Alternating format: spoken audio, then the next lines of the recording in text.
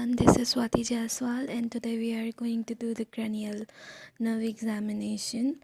For that, we'll start with cranial nerve 1, which is olfactory. We have to test the sense of smell by presenting the patient with familiar and non-irritating odors.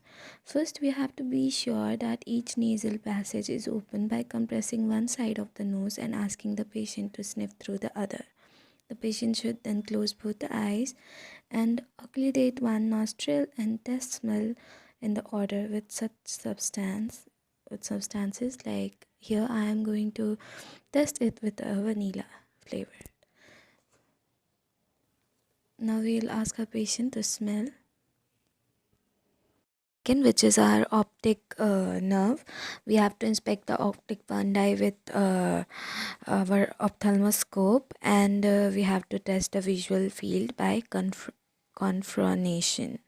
Nerves 3, 4 and 6, which is oculomotor, trochlear and abducens, test for the extra ocular movement in the 6 cardinal direction of gaze. Look for the loss of conjugate movement in any of the 6 direction which cause diplopia. Ask the patient which direction makes the diplopia worse and inspect the eyes closely for asymmetric deviation of movement. Determine if the diplopia is monocular or binocular by asking the patient to cover one eye and perform the cover uncover test.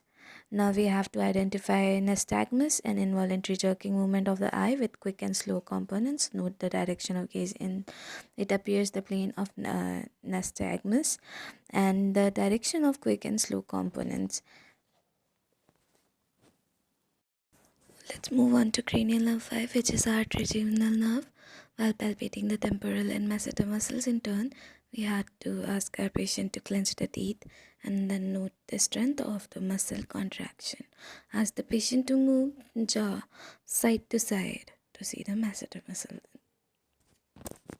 Explaining the patient what we are planning to do, we'll ask the patient to close his eyes, use a suitable sharp object, occasionally substituting the blunt end to the point as a stimulus, and we have to ask the patient to report whether it is sharp or dull and to compare the sides.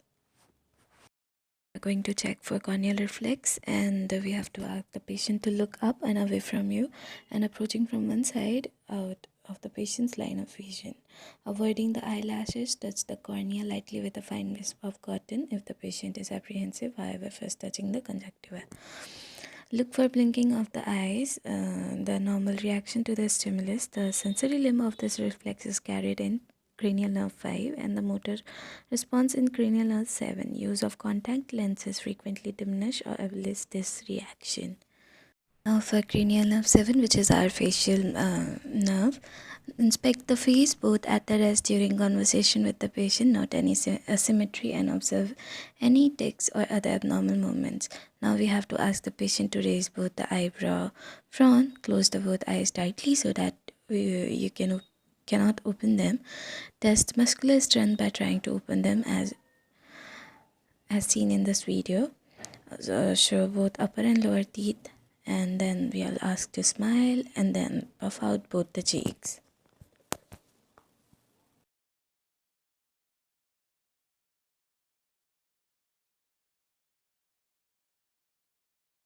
Facial nerve, we will move on to cranial nerve 8, which is acoustic, and for that we'll assess the hearing with whisper voice test. If hearing loss is present, determine it with the loss in conductive form of impaired air through ear transmission or from damage to the cochlear branch of cranial nerve 8.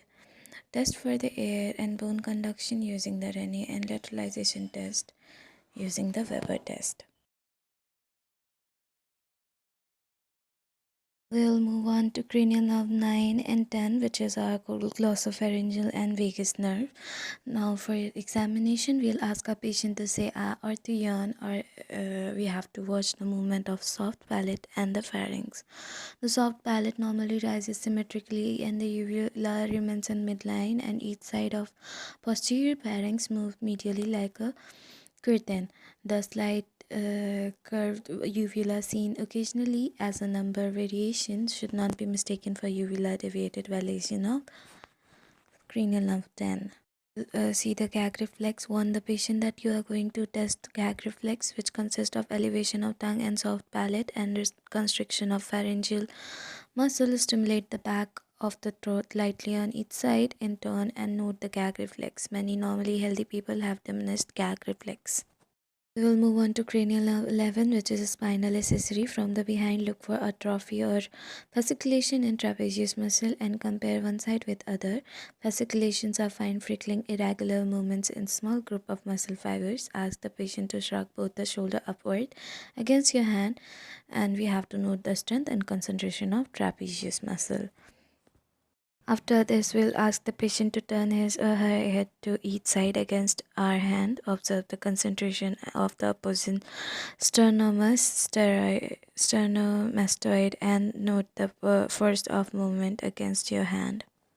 Of 12, which is hypoglossal. We have to listen to the articulation of patient's words. This depends on cranial nerve 5, 7 and 10 as well as 12.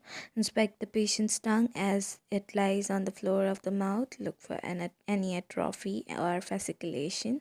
Some coarse and restless movement are often seen in normal tongue. Then with the patients with tongue protruded, look for asymmetry, atrophy, or deviation from the midline. Then we have to ask the patient to move the tongue from side to side and note the symmetry of the movement. In ambitious cases, ask the patient to push tongue against the inside and each cheek in turn. You palpate externally for the strength.